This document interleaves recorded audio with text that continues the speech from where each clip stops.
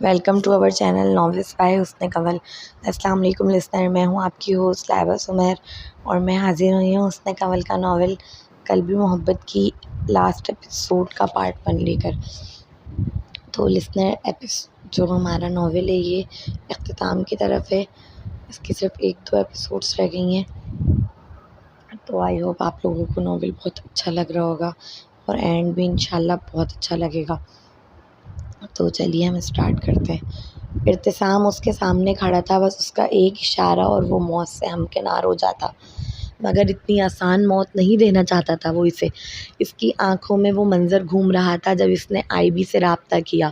پہلے صرف اسے شک تھا کہ رخسار کی موت کے پیچھے اس کے والدین کا ہاتھ ہے، لیکن صرف شک کی بنا پر وہ اپنے ہی خاندان کے پیچھے آئی بی کو نہیں لگا سکتا تھا۔ لیکن جس دن انم کو اغوا کیا گیا اور اس کے والدین کی عین گرفتاری کے وقت اس کے مل جانے کی خبر آئی، یہ کوئی اتفاق نہیں ہو سکتا تھا۔ پھر انم کا اسٹار لائٹس پروجیکٹ کی انفارمیشن لیک کرنا، اس کی بیوی کا استعمال اس کی غیرت کو للکار گیا تھا۔ اس بار وہ چپ نہ رہا، اس نے آئی بی سے رابطہ کیا اور انم کے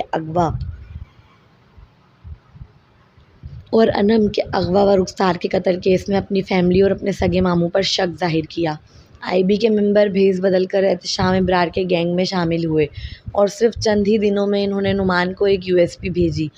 نعمان زبیر سے وہ USB لے کر اپنی اسٹڈی میں چلا آیا، USB کو اپنے لیپ ٹاپ سے کنیکٹ کیا۔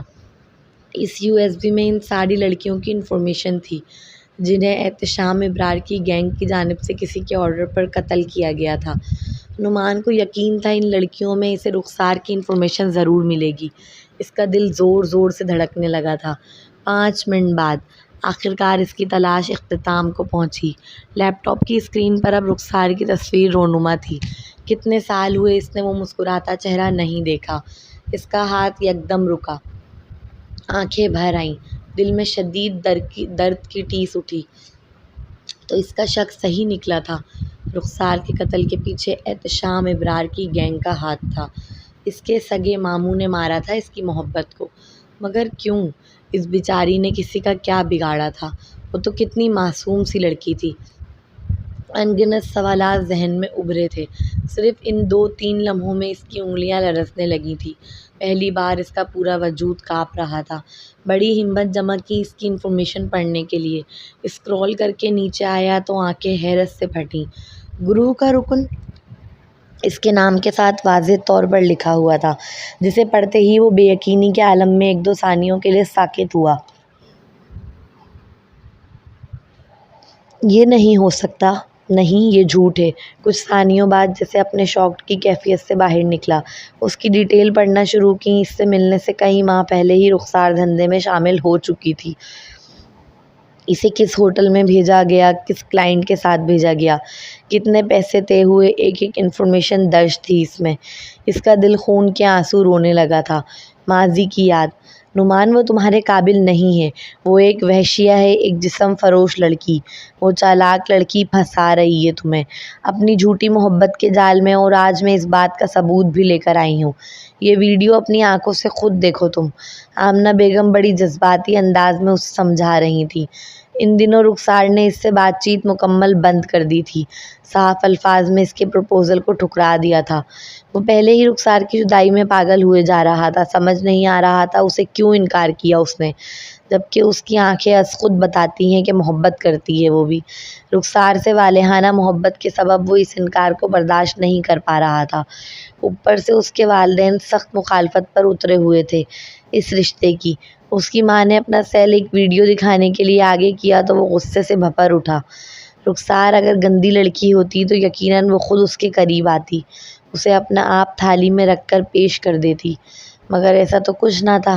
جہاں یونی کے اور لڑکیاں اس پر شہد کی مکھیوں کی طرح چھائی رہتی تھیں، وہیں وہ گرے آنکھوں والی پاکیزہ سی لڑکی اسے دیکھتے ہی اپنی نگاہ جھکا کر راہ بدل لیتی تھی۔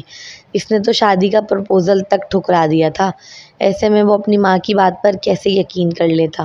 اس ویڈیو کو ایک نگاہ دیکھنا بھی اسے اپنے پاکیزہ عشق کی توہین لگی۔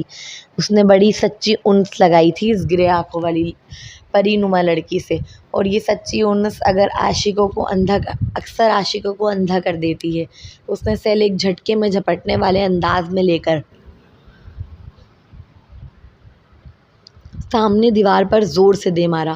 موم، میں کوئی بچہ نہیں ہوں، ویڈیو ایڈٹ کرنا مجھے بھی آتا ہے۔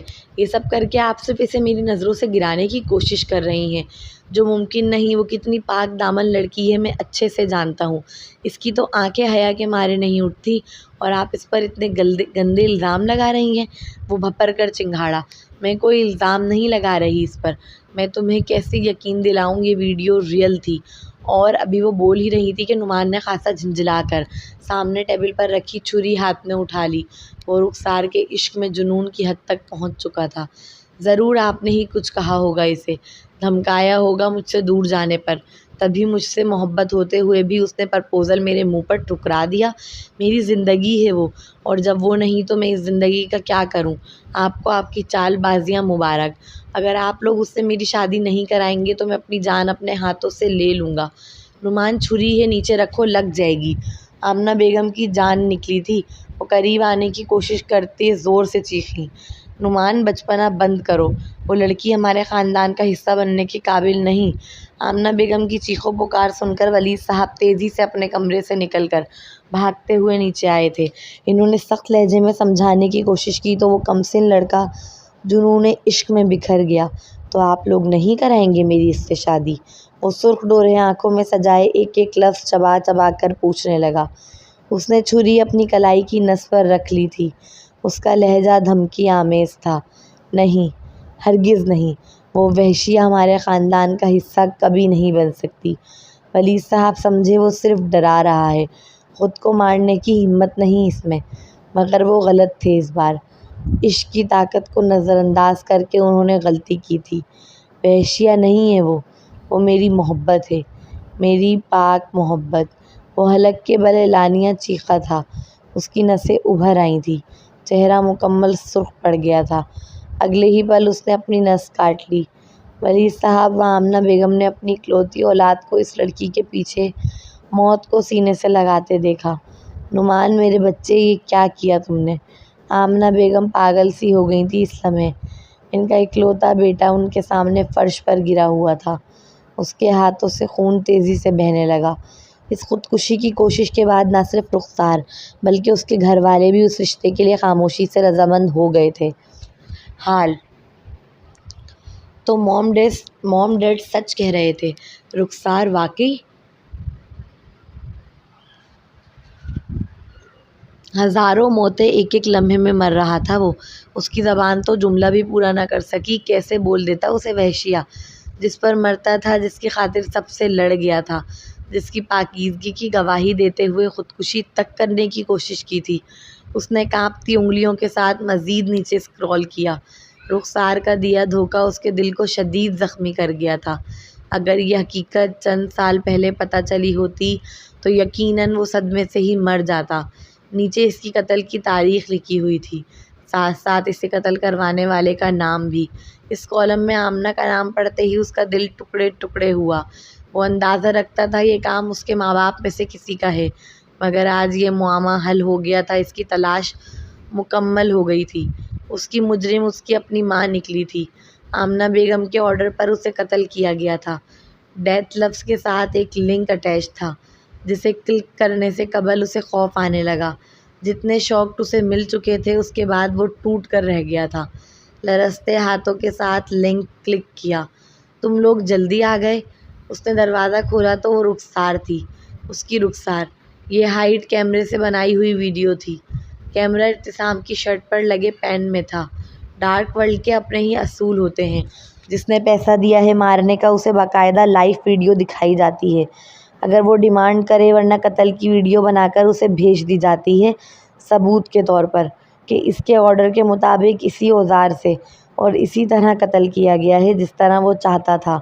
وہ ڈری ہوئی نظر آ رہی تھی۔ آج اسے دیکھتے ہی عجیب سا احساس ہوا، نفرت یا محبت، وہ خوبرو نوجوان نہیں جانتا۔ وہ لڑکی کتنے دھڑلے سے دھوکہ دے رہی تھی اسے۔ نعمان ولید تڑپ اٹھا، اس کی روح چیخ رہی تھی، ماتم کر رہی تھی۔ اسے یقین نہیں آ رہا تھا اس نے ایک دھوکے باز و جسم فروش لڑکی کے لیے اپنی زندگی خطرے میں ڈالی تھی کبھی، جو اس کے پیٹھ پیچھے کیا کچھ کرتی پھر رہی تھی۔ ہاں، اور بھی کام ہے ہمارے پاس۔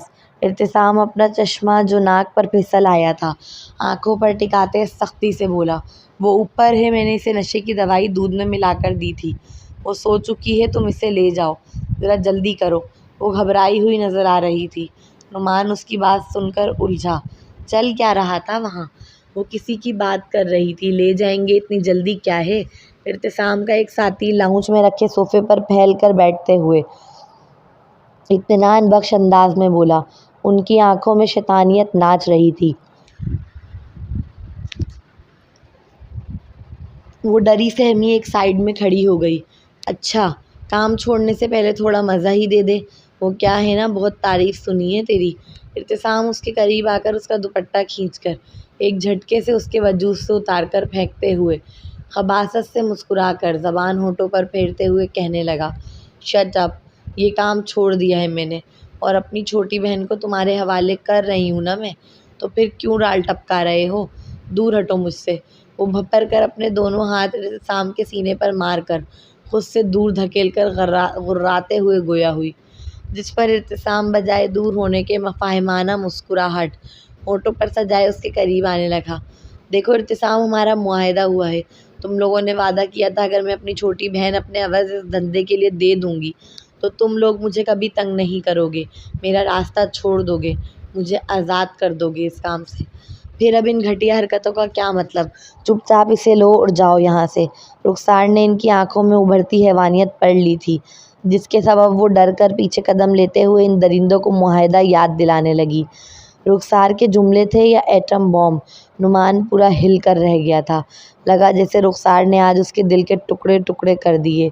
وہ معصوم دکھنے والی لڑکی اس قدر شفافیت کا مظاہرہ کرے گی، یہ تو کبھی تصور میں بھی نہ گزرا تھا۔ اس لڑکی نے اپنے آزادی کے عوض اپنی چھوٹی بہن کو جسم فروشی کے دھندے میں ڈال دیا تھا۔ کیا واقعی وہ اس کی رخسار تھی؟ آج لگا رخسار گر گئی۔ وہ جس اونچے مقام پر فائز تھی دل میں، وہ اب باقی نہ رہا۔ جب بھرم ٹوٹتا ہے نا تو انسان بھی ٹوٹ جاتا ہے۔ اس کا بھی یہی حال تھا۔ اس نے کبھی نہیں سوچا تھا کہ حقیقت اتنی بھیانک نکل کر آئے گی کہ اس کی روح تک کانپ اٹھے گی۔ وہ یہ سن رہا ہے، اس تتلی کو لگتا ہے یہ اڑ سکتی ہے، اور ہم اتنے شریف ہیں کہ اسے اڑنے دیں گے؟ ابتسام اپنے دوستوں کی جانب دیکھ استہزائیہ انداز میں بولا، جسے سن وہ دونوں ایسے ہنسے جیسے کوئی لطیفہ سن لیا ہو۔ میری بات سن، تجھے شاید پتہ نہیں، ہمارے دھندے میں آنے کے بہت راستے ہیں، مگر باہر جانے کا ایک بھی نہیں۔ اس کے نازک بازو کو دبوچ کر اپنے قریب کر ابتسام اس کے ہونٹوں پر جھکتے ہوئے بولا۔ وہ تیزی سے اسے دھکا دے کر سیڑھیوں کی جانب بھاگی۔ اسے محسوس ہو گیا تھا ان لوگوں کے ارادے ٹھیک نہیں ہیں۔ چھوڑو مجھے، میں نے کہا چھوڑو۔ ابھی پہلی سیڑھی پر ہی اس نے قدم رکھا تھا کہ ابتسام نے اس کا پاؤں تیزی سے پکڑ لیا اور نیچے کی جانب کھینچا۔ وہ بھاگنا چاہتی تھی، اس نے مذمت بھی کی، مگر ابتسام اسے پاؤں سے پکڑ کر کھینچتا ہوا واپس لاؤنج میں لے آیا تھا۔ میں نعمان ولید کی منگیتر ہوں، اگر مجھے کچھ ہوا تو وہ تم لوگوں کو چھوڑے گا نہیں، وہ دھمکی آمیز لہجے میں کہتی اپنے پاؤں ابتسام سے چھڑانے کی کوشش میں لگی تھی۔ اسے تو پتہ بھی نہیں چلے گا، تجھے کیا لگتا ہے احتشام ابرار کے سگے بھانجے کی منگیتر کو ہم بغیر کسی پلان کے مارنے کے لیے چلے آئیں گے؟ نو نو بیبی، اس زخمی شہر کے سامنے تیری چھوٹی بہن کو چھوڑ دیں گے ہم؟ تیرے قتل کا الزام اس پر لگے گا کیونکہ کوئی تو چاہیے نا اس کا غصہ ٹھنڈا کرنے کے لیے۔ نعمان اسے نہیں چھوڑے گا، یا تو مار دے گا یا پھر زندگی بھر کے لیے جیل میں ڈلوا دے گا۔ مار دے گا تو تیری چھوٹی بہن کے لیے اچھا ہے، ورنہ جیل سے ہم بعد میں اسے نکلوا کر باہر ملک بھیج دیں گے۔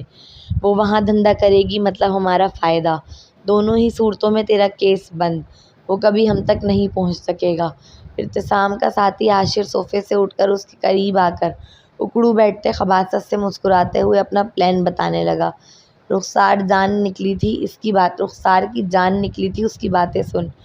ہمارا معاہدہ ہوا ہے، پھر کیوں مجھے مارنے کی باتیں کر رہے ہو؟ وہ الجھ کر پوچھ اٹھی۔ اس کا جسم تھر تھر کانپ رہا تھا۔ نعمان کے ساتھ خوشحال زندگی گزارنے کے لیے اس نے اتنا بڑا قدم اٹھایا لیکن نتیجہ اس کی جان پر بن آئے گا یہ تو خوابوں میں بھی نہ گزرا تھا، کیونکہ سپاری مل گئی ہے تیرے نام کی۔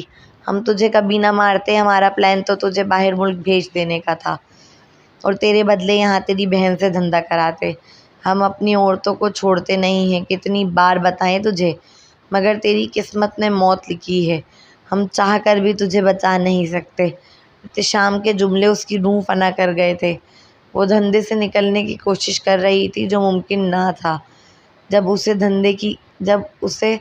دھندے کی لڑکیاں کام چھوڑنے کی کوشش کرتی ہیں تو انہیں مار پیٹ کر یا نشہ آور ادویات دے کر باہر ملک بھیج دیا جاتا ہے۔ اس کے ساتھ بھی یہی کیا جاتا کیونکہ وہ چڑیا پر پھیلا رہی تھی۔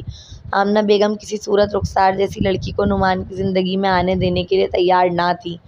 انہوں نے اپنے بھائی سے اسے خاموشی سے مار دینے کا کہا۔ یہی وجہ تھی کہ احتشام ابرار نے اپنے خاص بندوں کو اسے مارنے بھیجا۔ دور ہٹو! وہ احتشام کے منہ پر اپنی لات مارتی ہوئی تیزی سے اٹھ کر اوپر کی جانب بھاگی۔ اس کا سیل اس کے کمرے میں تھا۔ اچانک منہ پر پڑنے والی لات کے سبب اس کا چشمہ نیچے گر گیا۔ احتشام غصے سے لال پیلا ہو کر اس کے پیچھے آیا۔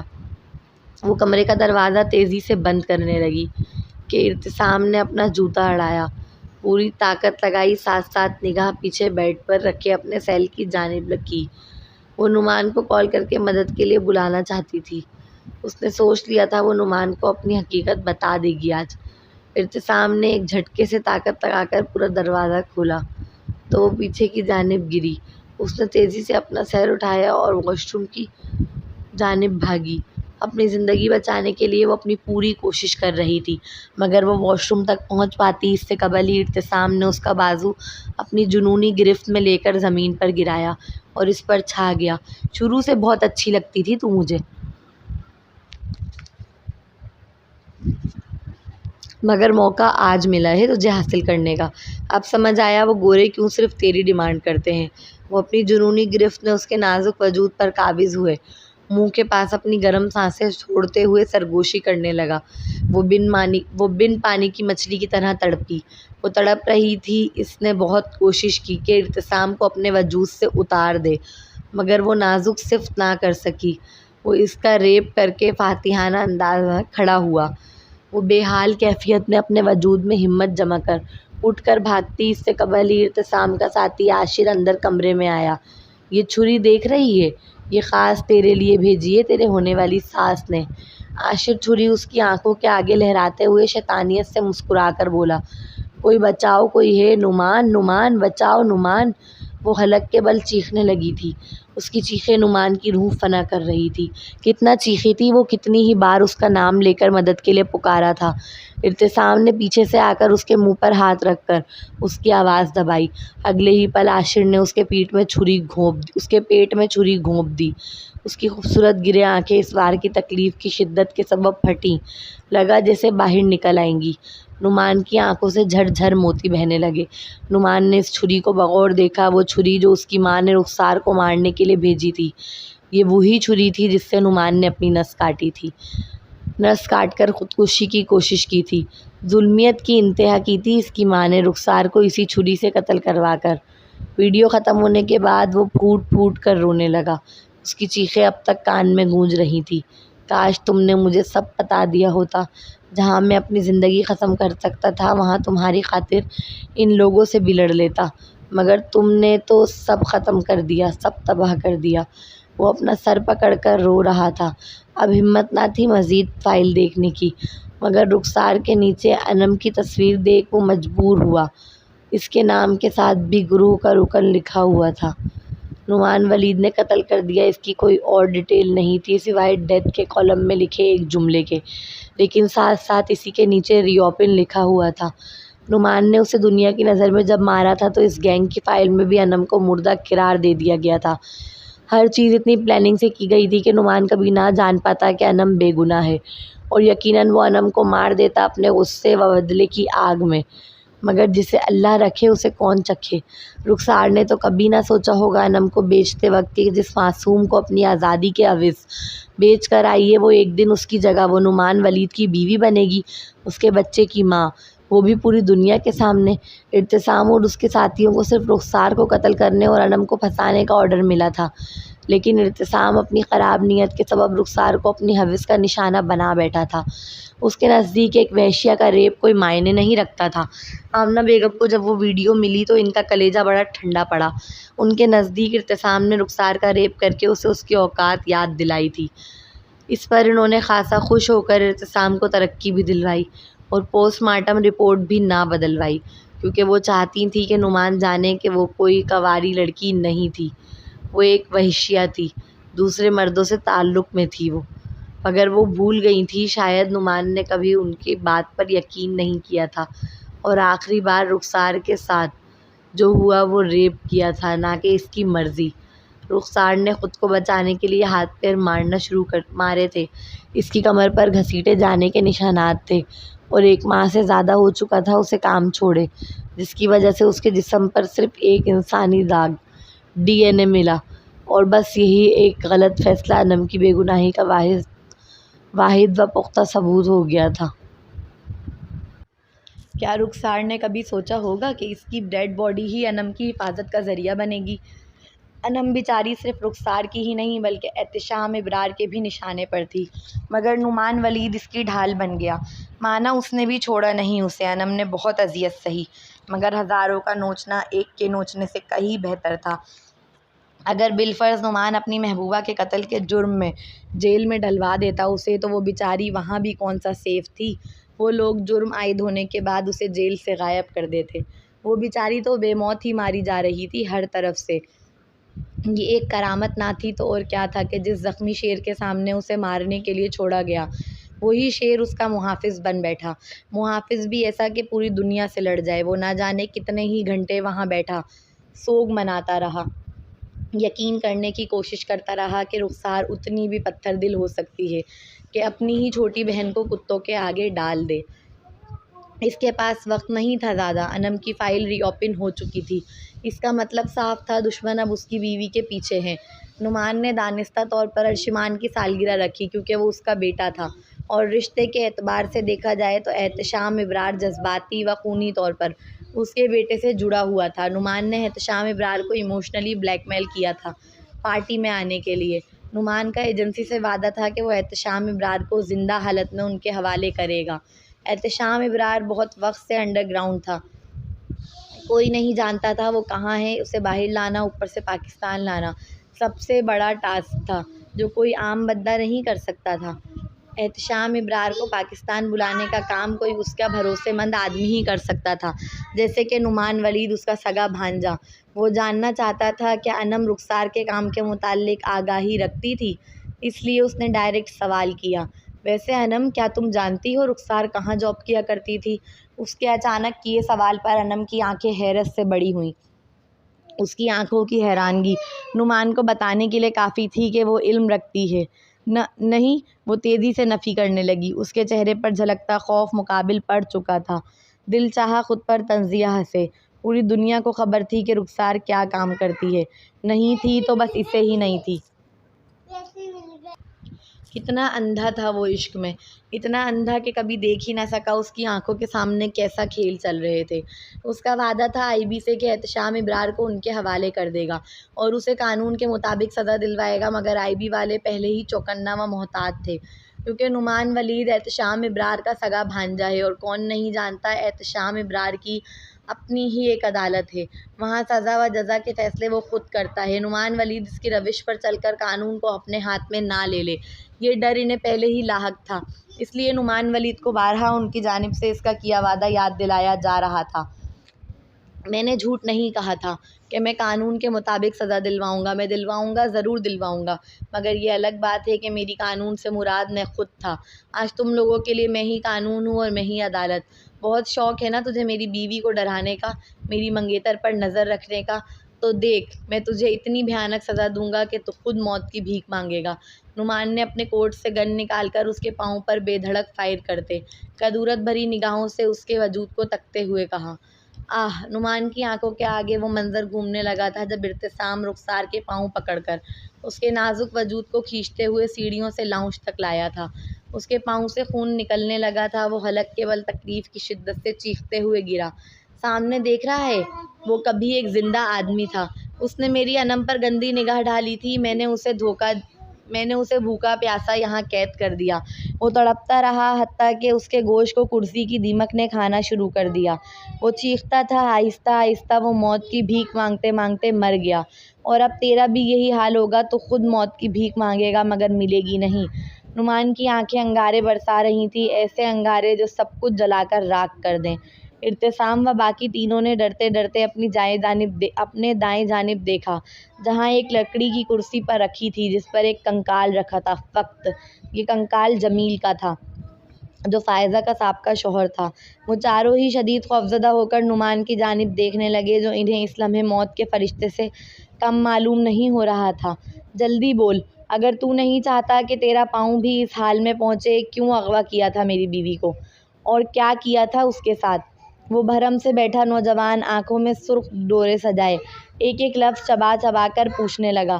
وہ جاننا چاہتا تھا اس کی بیوی پر کیا کیا قیامتیں ڈھائی تھیں ان ظالموں نے، آخر اس کا بھی تو حساب کرنا تھا۔ عاشر پسینوں سے شرابور حالت میں مارے خوف کے ارتسام کو دیکھ رہا تھا، جو زمین پر گرا اپنا پاؤں پکڑ کر تکلیف کی شدت سے چیخ رہا تھا۔ لگتا ہے تجھے اپنی جان پیاری نہیں۔ اس نے اپنے بندے کو اشارہ کیا تو عاشر کو گن پوائنٹ پر رکھے نوجوان نے، جو کالی وردی میں ملبوس تھا، فوراً گن لوڈ کی۔ اس کی گن لوڈ کرتے ہی عاشر مارے خوف کے تیزی سے بولنے لگا۔ انم کو رخسار نے بیچا تھا ہمیں، مگر ابھی وہ بولنا شروع ہی ہوا تھا کہ نعمان کی آنکھوں پر نظر پڑی۔ وہ سیاہ آنکھیں اسے کچا کھا جانے والی ہوئیں۔ یقیناً اسے نعمان ولید کے سامنے بڑا محتاط ہو کر بولنے کی ضرورت تھی۔ وہ انم کا نام لاپرواہی سے ادا نہیں کر سکتا تھا۔ کیسے کر لیتا؟ وہ سامنے بیٹھی موت اس پر جھپٹ نہ پڑتی۔ اپنی بیوی کا نام ہر ایرے غیرے کو اجازت نہیں دی تھی اس نے لینے کی۔ اس نے فوراً ہی اپنی زبان سنبھالی، میرا مطلب آپ کی وائف کو۔ ان کی بڑی بہن نے خود ہمارے دھندے میں دیا تھا۔ جب ہمیں پتہ چلا کہ وہ زندہ ہیں، تب یہ نہیں خبر تھی کہ وہ آپ کی بیوی ہیں۔ ہم نے تو اپنے نزدیک اس لڑکی کو اٹھایا تھا جو ہمارے دھندے کی تھی۔ وہ شور مچانے لگی، ہوش میں آتے ہی ساتھ ساتھ خودکشی کی کوشش بھی کی۔ تو اسے ڈرانے کے لیے ارتسام نے، وہ آگے بولنے کی ہمت نہیں کر پا رہا تھا۔ ارتسام نے کیا؟ وہ آگ بگولا ہو کر اپنی جگہ سے کھڑا ہوتے اسے اپنا جملہ مکمل کرنے پر زور دیتے ہوئے بولا۔ ارتسام نے ان کے پیروں کے ناخن جڑوں سے کھینچ ڈالے، جس کے بعد وہ بے ہوش ہو گئیں۔ ہم اسے ہوٹل لے جا کر جانے ہی لگے تھے کہ ارتسام کو اوپر سے کال آئی اور سخت آرڈر ملے کہ اسے واپس چھوڑ دیں، کیونکہ آپ نے پوری دنیا کے سامنے اعلان کر دیا تھا کہ وہ آپ کی وائف ہے۔ اسی وقت ہی ہم اسے ایک روڈ پر ڈال کر بھاگ گئے۔ عاشر نے اپنی موت کے خوف سے فوراً ہی سب اگل دیا تھا۔ وہ انم کو اپنے دھندے کی لڑکی ہونے کے سبب اٹھا لے گئے تھے، تب انہیں خبر نہیں تھی کہ وہ نعمان ولید کی بیوی ہے۔ انم چیخ چیخ کر بار بار وارن کر رہی تھی کہ وہ کوئی عام لڑکی نہیں، نعمان ولید کی بیوی اور اس کے بچے کی ماں ہے، مگر ان لوگوں نے اس کی بات پر یقین نہ کیا، اور کرتے بھی کیسے؟ پوری دنیا کے سامنے تو نعمان کی بیوی الشبہ معراج تھی۔ انہیں لگا وہ بچنے کے لیے جھوٹ بول رہی ہے۔ ماضی: رخسار کو قتل کرنے کے بعد ابھی وہ سارے ثبوت مٹا رہے تھے کہ دروازہ نوک ہوا اور عاشر کے چہرے کی مسکراہٹ گہری ہوئی۔ وہ رمیسا کے انتظار میں ہی بیٹھے تھے۔ عاشر نے دروازہ کھولا تو رمیسا حیرت و خوف کی ملی جلی کیفیت میں اسے دیکھنے لگی۔ اندر آؤ، عاشر نے ہاتھ پکڑ کر کھینچا۔ وہ ڈرتے ڈرتے اندر آئی۔ ان لوگوں نے اس کے سر پر گن رکھ دی۔ وہ عورت شدید ڈر گئی تھی۔ عاشر نے اسے دھمکایا اور کہا کہ نعمان کے سامنے اسے رخسار کے قتل کا الزام انم پر لگانا ہے اور اسے 100% یقین دلانا ہے کہ یہ قتل انم نے کیا ہے۔ اگر اس نے ایسا نہ کیا تو وہ لوگ اسے بھی مار دیں گے۔ وہ بہت ڈر گئی تھی۔ اسے سمجھ نہیں آ رہا تھا کہ کیسے نعمان کو یقین دلائے کہ انم نے رخسار کا قتل کیا ہے۔ تب اچانک ذہن میں انم کی ڈائری کا خیال آیا، جو رخسار نے روتے ہوئے اسے دکھائی تھی اور بتایا تھا کہ انم اس سے اس کا رومان چھیننا چاہتی ہے۔ رخسار اپنی ہر بات ان سے شیئر کرتی تھی۔ انم کو پھنسانے کے لیے وہ ڈائری بہترین ذریعہ تھی، اور نعمان کو یقین بھی آ گیا تھا، کیونکہ کہیں نہ کہیں ڈر لاحق تھا کہ نعمان رمیسا سے سچ اگلوا نہ لے۔ اس لیے رمیسا کو ان لوگوں نے اپنے پاس قید کر لیا اور اس بیچاری عورت کو بھی دھندے پر بٹھا دیا۔ یہی سبب تھا کہ وہ نفرت کرتی تھی رخسار سے۔ وہ اکثر روتے ہوئے یہی کہتی تھی کہ کاش رخسار نے سب کو زہر کھلا کر مار دیا ہوتا، بجائے اس گندے دلدل میں پھنسنے کے۔ ارتسام کو ایک دن اچانک کراچی کے مال میں رخسار نظر آئی، جسے دیکھ وہ کوئی روح گنوا کر خوفزدہ ہو کر بھاگا، جبکہ وہ رخسار نہ تھی، وہ انم تھی۔ جب ارتسام نے اپنے ساتھیوں کو یہ بات بتائی تو سب اس کا مذاق اڑانے لگے، کیونکہ ارتسام کے نزدیک وہ رخسار کی روح تھی جو بدلہ لینے آئی تھی۔ اس کے ساتھیوں نے اوپر سے اجازت لے کر رخسار کی تلاش شروع کر دی۔ ارتسام کو یقین تھا رخسار اپنی ماں کو دیکھ کر جہاں بھی چھپی ہے باہر ضرور آئے گی، اسی لیے ان لوگوں نے رمیسا کو جھوٹی امید دلائی کہ اگر وہ رخسار کو انہیں زندہ پکڑوا دیں تو اسے ہمیشہ کے لیے آزاد کر دیں گے۔ اس آزادی کی چاہ میں وہ اسے پکڑوانے کے لیے راضی ہوئی، مگر رخسار تو نہ ملی، لیکن نعمان ولید کا سیکریٹری و گارڈ زبیر ضرور اس کے پیچھے پڑ گیا، جسے ان لوگوں نے دانستہ طور پر جان سے مارنے کی کوشش کی تاکہ نعمان کے کانوں تک یہ بات نہ پہنچ سکے کہ رمیسا کو کراچی میں دیکھا گیا ہے۔ قسمت سے زبیر ان کے ہاتھ سے اس رات بچ کر نکل گیا تو انہوں نے رمیسا کو اسلام آباد شفٹ کیا۔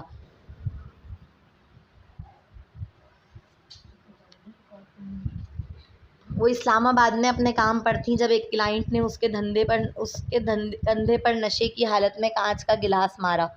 وہ زخمی ہوئی تھیں، اسے ہسپتال لے جایا گیا۔ کافی گہری چوٹ آنے کی وجہ سے وہ 3-4 دنوں تک روز ہسپتال آ کر پٹی کرواتی۔ جب آخری دن تھا تو اس نے نعمان کو ایک کمرے میں جاتے دیکھا۔ وہ شاکڈ ہوئی تھی، انم کو دیکھ وہ فوراً ہی پیچھے آئی۔ اس نے نعمان اور ایک بچے کو انم کے ساتھ دیکھا۔ انم اب بڑی ہو چکی تھی اور بہت حد تک وہ اپنی بڑی بہن میں جھلک مار رہی تھی۔ وہ ابھی اندر جھانک کر انم کو دیکھ ہی رہی تھی کہ دروازہ کھلا اور ایک لڑکی نکلی۔ الماس کو دیکھ وہ فوراً بھاگی، مگر اب وہ جان چکی تھی کہ رخسار نہیں، انم زندہ ہے اور وہ نعمان ولید کے پاس ہے آج بھی۔ اس نے ارتسام کو کال کر کے فوراً اطلاع دی کہ نعمان ولید نے انم کو آج بھی اپنے پاس رکھا ہوا ہے۔ ارتسام فوراً ہی ہسپتال آ گیا تھا اسے دیکھنے۔ وہ تو رخسار سے کہیں زیادہ خوبصورت تھی، یہی سبب تھا کہ اس کی حوث انم کو دیکھ پھر جاگی۔ وہ اسے نعمان ولید کی دل لگی کا کوئی کھلونا سمجھ رہے تھے جسے اس نے اپنے پاس رکھا ہوا تھا آج تک۔ پھر کون سچ سوچ سکتا تھا کہ نعمان ولید اپنی محبوبہ کے قتل سے ہی بیاہ رچا لے گا، قاتل سے ہی بیاہ رچا لے گا۔ اس بیچاری کو تو نعمان کے سامنے چھوڑا ہی اس نیت سے گیا تھا کہ اپنی محبوبہ کے قتل کا جتنا غصہ اور بھڑاس ہے وہ اس لڑکی پر نکالے اور کبھی اصلی قاتلوں تک نہ پہنچ سکے۔ وہ اس معصوم کو ہی اصل قاتل سمجھ کر سزا دیتا رہے، مگر بساط پوری الٹی پڑ جائے گی یہ کب سوچا تھا انہوں نے انم کو اسپتال سے اٹھا لیا اور نعمان کے نام ایک پرچی چھوڑ دی۔ ان کا گمان تھا اتنے سالوں بعد جبکہ وہ شادی کر چکا ہے اور بہت خوشحال زندگی گزار رہا ہے اپنی بیوی کے ساتھ، تو یقیناً اسے فرق نہیں پڑے گا اس لڑکی کے خود سے چلے جانے پر، مگر ان کی توقع کے برعکس نعمان ولید تو چند گھنٹوں میں اس لڑکی کی خاطر پورے ملک کو ہلا کر رکھ دیا۔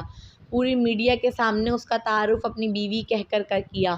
فوراً ہی اوپر سے کال آئی جس کی ارتسام کو ذرا بھی امید نہ تھی۔ احتشام ابرار کا سب سے خاص بندہ تھا ارتسام۔ کراچی و اسلام آباد کے سارے دھندے اسی کے انڈر چلتے تھے۔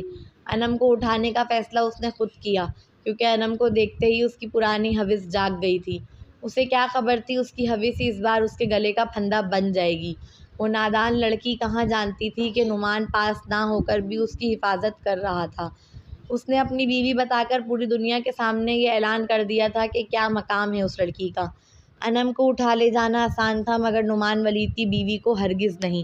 وہ کوئی عام لڑکا تھوڑی تھا، وہ مشہور سیاستدان ولید صاحب اور آمنہ بیگم کا اکلوتا بیٹا تھا۔ ساتھ ساتھ وہ خود بھی آج بزنس فیلڈ میں ایک اونچا مقام رکھتا تھا۔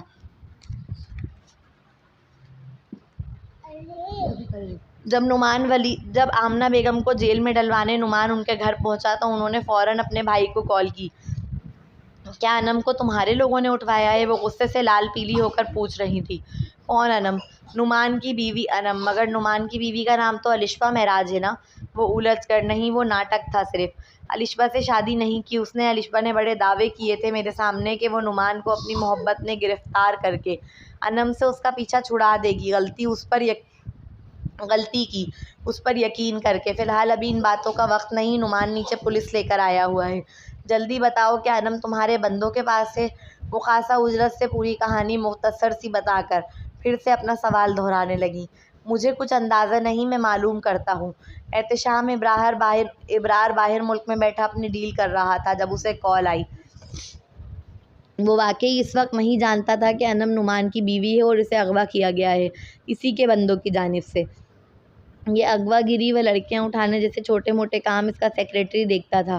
اس نے اپنے سیکریٹری سے پوچھا تو اس نے فوراً اس بات میں سر ہلایا۔ کیا تم جانتے ہو میرے بھانجے کی بیوی ہے؟ احتشام ابرار زور سے چیختے ہوئے اپنی جگہ سے اٹھا۔ نہیں سر، ایسی تو کوئی انفارمیشن نہیں ہمارے پاس، وہ نظر جھکائے ڈری سہمے لہجے میں بولا۔ ابھی فون لگاؤ اور کہو جہاں سے اٹھایا ہے اسے ابھی کے ابھی وہیں چھوڑ کر آئیں بغیر اسے ہاتھ لگائے۔ اس نے خاصا بھپر کر آرڈر جاری کیا۔ اعتصام نے فوراً ہی فون پر معافی مانگی اور احتشام کے سیکرٹری کے کہنے پر انم کو ہسپتال کے پیچھے والے روڈ کے قریب ڈال آئے۔ آمنہ بیگم کو پہلی بار ہتھکڑی لگنے والی تھی، وہ بھی صرف ایک معمولی سی لڑکی کے اغوا کے جرم میں۔ وہ یہ ہتھکڑی لگوانے والا کوئی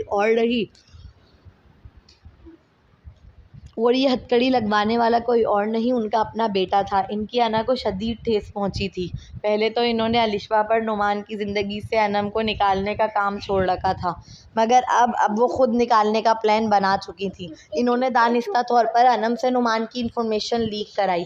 وہ جانتی تھیں کہ ان کا بیٹا کتنا ذہین اور شارپ بزنس مین ہے۔ زیادہ وقت نہیں لگے گا اسے یہ جاننے میں کہ یہ کام انم نے کیا ہے۔ وہ دونوں میاں بیوی کے درمیان لڑائی جھگڑے کروانا چاہتی تھیں، نعمان کو بدزن کرنا چاہتی تھیں انم سے، مگر ان کی چاہت ہی رہ گئی۔ نعمان الٹا الرٹ ہو گیا۔ اس نے اور مردوں کی طرح اپنی بیوی سے سوال جواب نہیں کیے، حتیٰ کہ اتنی خاموشی سے ان لوگوں کے چنگل سے نکال دیا کہ اس لڑکی کو خبر تک نہ ہوئی۔ ان لوگوں کے پاس انم سے رابطے کا واحد ذریعہ اس لڑکی کا سیل تھا۔ نعمان نے وہی اٹھا کر اپنے پاس رکھ لیا۔ اس خوبرو نوجوان کو اندازہ تھا اگر سیل انم کے پاس رہا تو وہ لوگ پھر رابطہ کر کے کوئی نہ کوئی الٹا سیدھا کام کروائیں گے اس سے۔ عاشر کی پوری بات سنتے ہی اس کا غصہ سوا نیزے پر تھا۔ ان ظالم درندوں نے اس کی بیوی کے ناخن جڑ سے کھینچ ڈالے تھے۔ وہ کتنی اذیت میں ہوگی اس لمحے، یہ سوچ کر ہی دل ڈوب رہا تھا۔ اس کی سرخ انگارے بھری آنکھیں اس کے غصے کا پتہ دے رہی تھیں۔ اس نے اندھا دھند اعتصام کے پاؤں پر فائر کر دیے۔ وہ پاگلوں کی طرح تڑپ تڑپ کر چیخنے لگا۔ تکلیف کی شدت سے اعتصام کچھ لمحوں میں ہی بے ہوش ہو گیا۔ قبر کھود رکھی ہے تیری، اتنی آسان موت نہیں مر سکتا تو۔ نعمان کی اسٹڈی روم میں جو دیوار پر بک شیل تھا، دراصل وہ ایک راستہ تھا۔ اسے کھسکا کر ہٹایا جائے تو پیچھے کی جانب سیڑھیاں نکلتی تھیں جو ڈائریکٹ بیسمنٹ میں آتی۔ نعمان نے دانت پیستے ہوئے کہا، باقی ہوش میں موجود تینوں لڑکوں کی روح فنا ہوئی۔ تو صرف میرا گنہگار ہوتا تو شاید میں تجھے معاف کر دیتا اور چپ چاپ پولیس کے حوالے بھی، مگر تم لوگ 3 ارواح پر ظلم ڈھانے والے ظالم ہو، ایک رخسار پر، ایک میری بیوی پر اور ایک میرے بچے پر۔ میری بیوی کتنے سالوں سے اذیت میں جی رہی ہے صرف تم لوگوں کی وجہ سے۔ تم لوگوں نے مجھ سے وہ گناہ کروایا جس کی سزا میری معصوم اولاد تک نے بھگتی۔ وہ دل میں سوراخ لے کر پیدا ہوا، وہ بنا ماں کے پلا۔ میری بیوی کو پینک اٹیک آتے ہیں، اس کی جان پر بنی رہتی ہے، اور یہ سب صرف تم لوگوں کی وجہ سے۔ قبر پہلے ہی کھودی پڑی تھی۔ اس نے اپنے مجرموں کی سزا پہلے ہی تیار کر رکھی تھی۔ نعمان نے اس کے منہ پر پانی ڈلوایا۔ وہ چاہتا تھا کہ جب اسے زمین میں گاڑا جائے تو وہ اس دردناک منظر کو اپنی آنکھوں سے دیکھے۔ اس کا چشمہ جب اسے ہال میں بے ہوش کیا گیا تب وہیں گر گیا تھا، لیکن اس کی آنکھیں اتنی کمزور نہ تھیں کہ بغیر چشمے کے اپنی موت نہ دیکھ سکے۔ ہوش میں آتے ہی وہ پھر چیخنے لگا۔ نعمان نے اس کی شرٹ کا کالر پشت کی جانب سے پکڑ کر گھسیٹا اور اسے کھودی ہوئی قبر تک لے آیا، پھر اس کے زخمی وجود کو قبر میں پھینکا۔ وہ بری طرح چیخنے لگا مگر اس کے پاؤں کام نہیں کر رہے تھے، ساتھ ساتھ اوپر سے گرنے کے سبب جسم کی ہڈیاں ٹوٹ گئی ہوں۔ کچھ ایسا محسوس ہوا، قبر اس قدر گہری کھودی تھی کہ اگر وہ کھڑا بھی ہو جائے تو اوپر نہ آ سکے۔ ڈالو مٹی سالے پر۔ اس کی آنکھوں میں بدلے کی آگ جل رہی تھی جس کے بھڑکتے شعلے اعتصام دیکھ سکتا تھا۔ اس حسین نوجوان کے نزدیک اعتصام جیسے گھٹیا لوگوں کو زندہ ہی زمین میں گاڑ دینا چاہیے۔ اس کے حکم پر ان تینوں کے سامنے ہی اعتصام پر مٹی ڈالنا شروع کر دی گئی۔ مجھے معاف کر دو نعمان، پلیز مجھے ایک موقع دو۔ وہ اب معافی کی صدائیں لگا رہا تھا۔ عاشر اور باقی 2 اس کا حال دیکھ پل پل مر رہے تھے۔ وہ لمحے ان کے لیے موت سے زیادہ تکلیف دہ تھے۔ وہ عاشر تھا جس نے بھاگنے کی کوشش کی اور اپنے پیچھے کھڑے گارڈ کو ایک زوردار کوہنی مار کر خود کو آزاد کرایا اور تیزی سے بھاگا، مگر جاتا کہاں، وہاں تو چھپنے کی کوئی جگہ نظر نہیں آ رہی تھی۔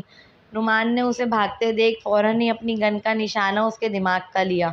اگلے ہی پل گولی پیچھے سے داخل ہو کر چیڑ پھاڑ کرتی آگے کی جانب دونوں آئیبرو کے درمیانی حصے سے باہر نکلی اور اگلے لمحے وہ دھڑم سے زمین پر گرا۔ باقی بچے 2 کو بھی نعمان نے اسی وقت اپنی گولیوں سے بھون ڈالا۔ گھر سے ایک ہی وقت میں 3 گاڑیاں ایک ہی رنگ کی باہر نکلی تھیں۔ اس کے بعد و پہلے دونوں کی CCTV فوٹیج غائب تھی۔ ایجنسی والوں کو احتشام ابرار زندہ حالت میں واپس چاہیے تھا۔ وہ نعمان ولید کو قانون ہاتھ میں نہیں لینے دے سکتے تھے۔ لائٹ جب آف ہوئی تھی اس وقت کی فوٹیج نہیں ہے اس میں. ان میں سے ایک جو ویٹر کے یونیفارم میں تھا وہ چیخا، نعمان ولید کی فیملی کو ڈھونڈو، وہ بھی جلد سے جلد، اس کی بیوی بچے ہی ہمیں احتشام ابرار کو زندہ واپس دلوا سکتے ہیں.